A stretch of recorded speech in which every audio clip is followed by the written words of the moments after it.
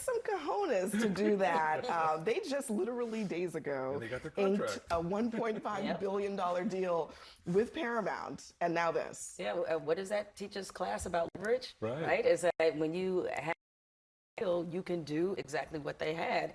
And even though I think that Stephen Colbert is firing, that wasn't entirely on the up and up, that I think there was some political pressure, Stephen Colbert did not have as much leverage as these guys from South Park. I think a lot of people didn't realize what a moneymaker this was. And one thing you could say about them, those guys have gotten everybody. Clearly they make fun of Jesus. There's no one who is safe from this outfit. So, Donald Trump, he specializes in crude jokes and he's supposed to be politically incorrect. Well, there you go. There's political incorrectness at its height. It's refreshing to see someone not bend the knee, as we've seen time and time again, not just with this administration, but plenty of other, governments and politicians that try to consolidate power. When you cave once, that never really saves you. And so I think, Matt Stone and Trey Parker are setting an example, and that rocks. Good for them. It does help when you have $1 billion. I mean, we love the First Amendment here, don't we, folks? Yeah, I mean, they kind of get to eat their cake and have it too. They're like taking the money and then also knifing their parent company. There's the lesson here is that if you're funny and you make money and people want to watch your show, you can do things. And if you're not funny and you're committed to partisan liberal hackery that's hemorrhaging viewers and is not profitable, then you can't do things. And just a few days ago, the left was convinced that Colbert was fired for political reasons. Obviously, this company is airing material that is not favorable to Donald Trump. It is objectively hilarious. I watch every episode of these guys and have for years. I think it's great. But, so you're cool with it? Of course. Okay. Of course. There you go. Yes, Even the AI image at the end. It's exaggeration. It's cartoons. That right there is more South Park than I've ever watched. So I've got nothing. Well, look, I mean, a lot of people apparently do watch South Park. I mean, I do think it's interesting that you are fine with this, because I thought that the argument about Colbert was that it's so one-sided, and that is the reason why it should be taken off the air. And I mean, this is pretty one-sided too. I mean, these guys have been roasting presidents since 1990. They roast everybody. Yeah. They're equal opportunity employer. These guys don't care. So, and they're very good, as you said, Scott. They're very good. They're very quick, and they get it out there. I mean, and then President Trump came out and said, what did he say? They're fourth rate?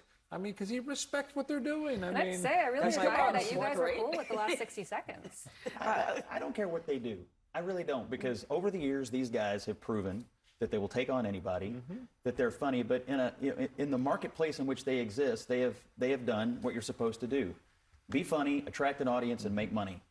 And they deserve everything they're getting right now in their new deal. And I'm looking forward to all their episodes. I think it's one of the greatest shows of the last Scott 2 decades. You want a cameo, Scott? I'd be mortified about what they would do to me. But. All right, I just have to know that the White House said that this is a fourth-rate show and that it cannot derail Trump's hot streak. A last quick word, though, on the Paramount of it all. I mean, this deal is now going to go through, but it was very clear, based on the statements from the SEC chairman, Brendan Carr, that they wanted concessions that were, frankly, it seemed, along ideological lines. They wanted DEI gone, they wanted the money, they wanted all of those things. Well, we're seeing that across the board. Columbia University, we're seeing it with law firms.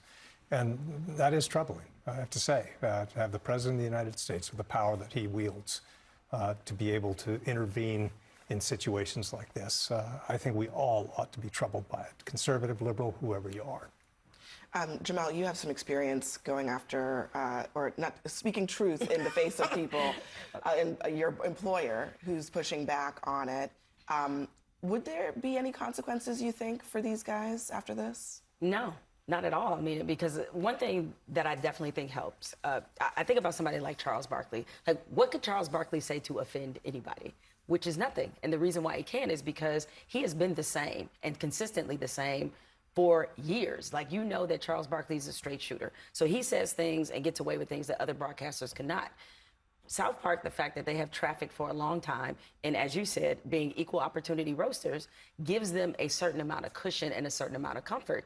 And again, when you have the money and you have this equity of 20 plus years on air and an audience, that's going to allow you to have a lot more leverage than other people who may speak the same truth and maybe in different forums and not get the same amount of forgiveness or people looking the other way, or somebody like Scott saying like, oh, I just find it funny, as opposed to somebody else trying to do the same thing. All right, everybody, thank you very much for joining us. We'll be